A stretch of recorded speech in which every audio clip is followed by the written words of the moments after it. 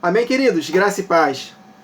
Vamos meditar um pouco, falando acerca dos 144.000, de forma bem resumida, bem simples e objetiva. Wagner, quem são os 144.000 escritos em Apocalipse 7 e em Apocalipse 14? Vamos lá, meus irmãos. Em primeiro lugar, os 144.000 não se referem a números literais, porque Apocalipse é um livro muito simbólico. Embora nós sabemos que Apocalipse tem eventos literais, por exemplo, a volta de Jesus é literal, né? O milênio é literal, a nova Jerusalém que vai descer após o milênio é literal. O que mais? O envio das pragas que Deus vai enviar para julgar os ímpios, a igreja apóstata, na última semana de Daniel, também são eventos literais. Então, embora Apocalipse tenha muitos eventos literais, ela também é muito codificada, é muito simbólico. E nós precisamos conectar com o Antigo Testamento para que possamos compreender esses símbolos. E 144.000 é simbólico, mas quando nós entendemos o Antigo Testamento, nós podemos tirar conclusões tremendas. Quem são os 144.000? Então, em primeiro lugar, os 144.000 não são os judeus literais. Muitos ensinam, os 144.000 são os judeus. Né? Porque no texto de Apocalipse 7, que nós lemos aqui a partir do verso 4, então ouvi o número dos que foram selados, que era 144.000 de todas as tribos dos filhos de Israel. E aqui ele menciona todas as tribos dos filhos de Israel. Só que, em Tiago capítulo 1, verso 1, Tiago está escrevendo a sua carta para a igreja do Senhor Jesus, tanto para judeus quanto para gentios. E ele começa a sua carta direcionando para as 12 tribos. Olha só, Tiago, servo de Deus e do Senhor Jesus Cristo, às 12 tribos que se encontram na dispersão. Saudações. Então Tiago está escrevendo para a igreja, não está escrevendo só para os judeus. Então, quando nós compreendemos, conforme o apóstolo Paulo, em Efésios capítulo 2, falando acerca da união de judeus e gentios, ele fala aqui,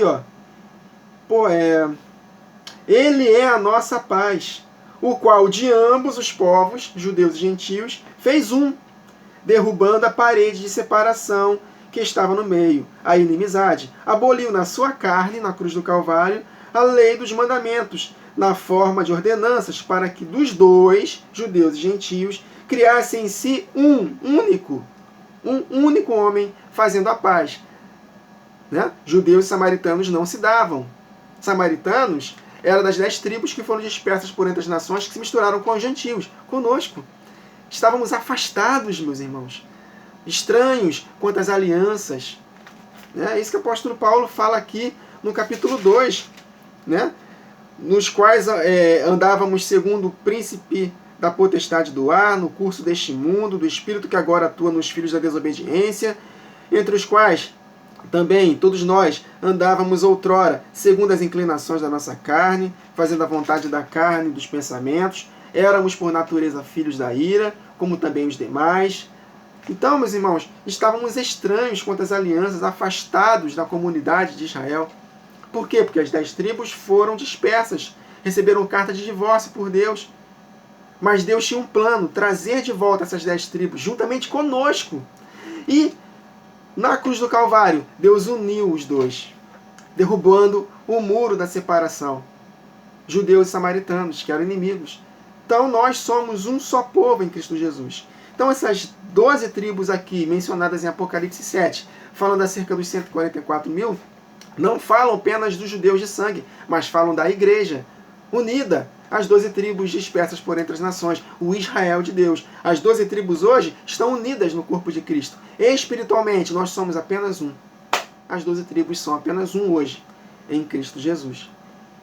Então não podem ser judeus. Os pré-tribulacionistas falam muito isso. Não, são judeus. Primeiro lugar, queridos, biblicamente falando, judeus é só da tribo de Judá. Judá, judeus. Na ocasião da divisão das 12 tribos, foi Judá e a tribo de Benjamim. Né? Basta ler lá 1 Reis, capítulo 12. A tribo de Benjamim se juntou à tribo de Judá, formando 2 tribos do sul. E alguns levitas que habitavam em Jerusalém. os quais receberam o sobrenome de judeu. Lembra que o apóstolo Paulo fala sobre isso? Tu que tens por sobrenome judeu? Levitas que estavam juntos da tribo de Judá e Benjamim. Então, os judeus, biblicamente falando, são só dessas duas tribos. Então, não pode, é impossível essa profecia dos 144 mil se referirem a israelitas de sangue. E tem uma seita que fala que 144 mil são 144 mil literais, escolhidos por Deus para habitar para todo sempre no céu, e o restante dos salvos habitando na terra, né? Testemunhos de Jeová.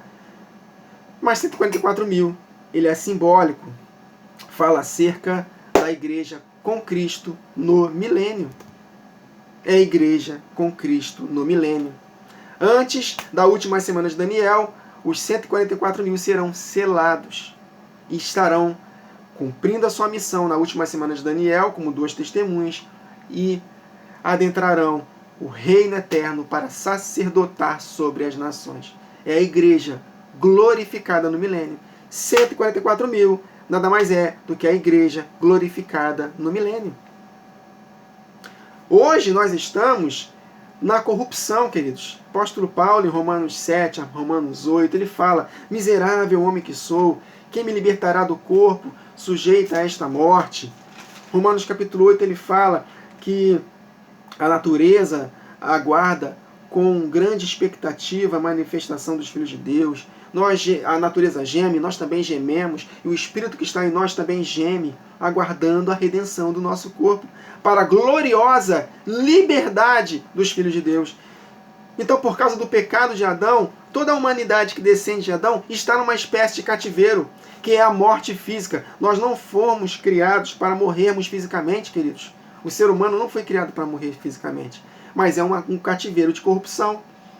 Tanto que quando todo ser humano morre, ele vai para o mundo dos mortos, debaixo da terra. E ali é uma espécie de cativeiro. Lembra que Jesus falou, quando ele voltar, as portas do mundo dos mortos, as portas do Hades, não prevalecerão contra a igreja? Ou seja, essas portas é uma espécie de prisão. Mas nós sairemos, se nós morrermos com Cristo, sairemos desse local para a gloriosa liberdade dos filhos de Deus. E os que não verem a morte, no final da grande tribulação, protegidos por Deus no deserto, serão transformados. Mas estamos numa espécie de corrupção, de cativeiro.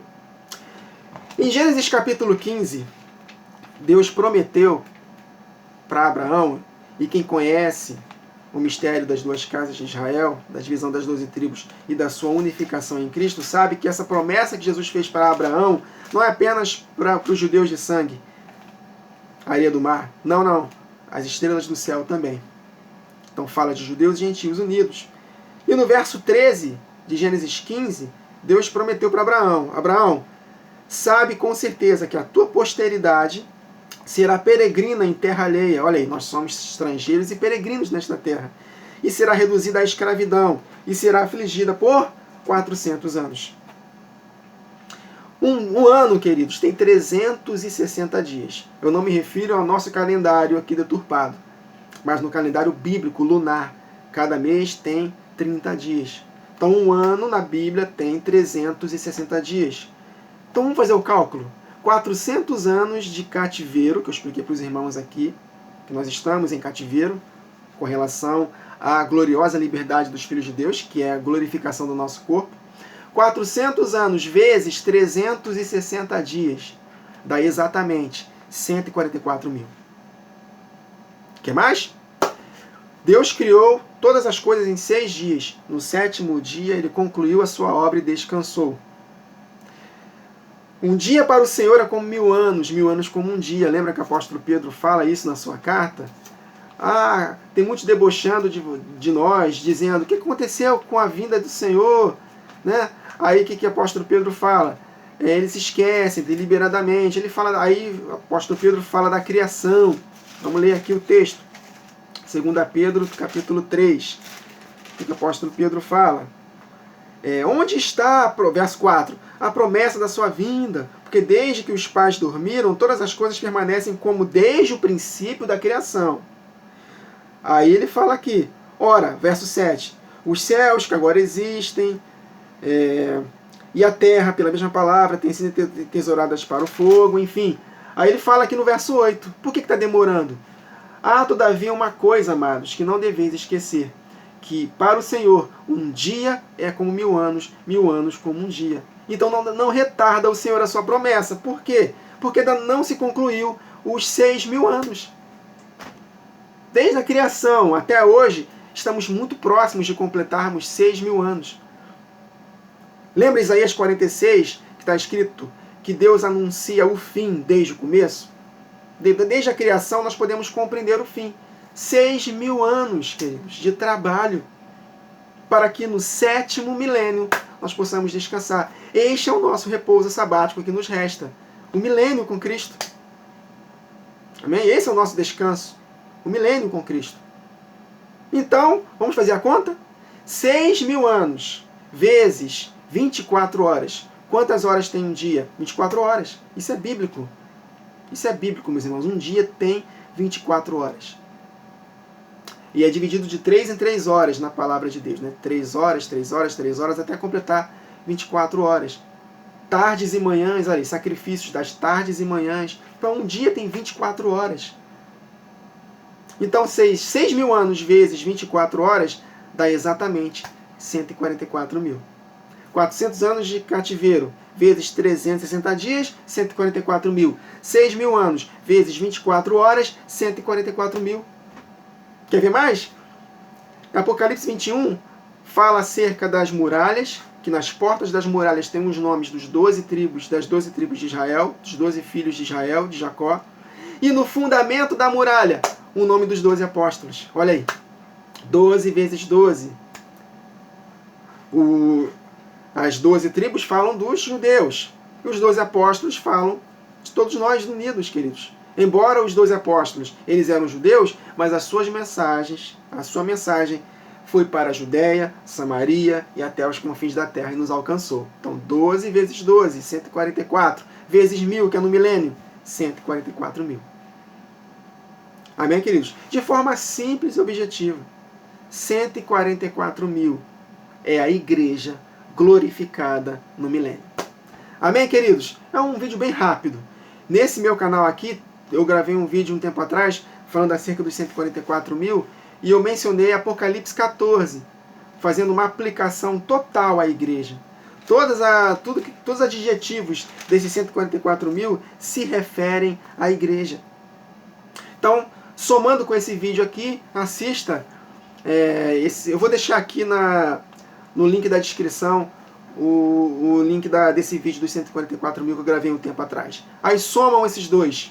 Os irmãos vão compreender de fato que os 144.000 não são 144.000 literais que vão morar no céu, ou 144.000 se referem aos judeus. Não. 144.000 é a igreja glorificada, judeus e gentios. Todos os justos salvos, desde Adão até o final da grande tribulação, unidos com Cristo no milênio. Amém, queridos? Até a próxima gravação. Que o Senhor nos abençoe.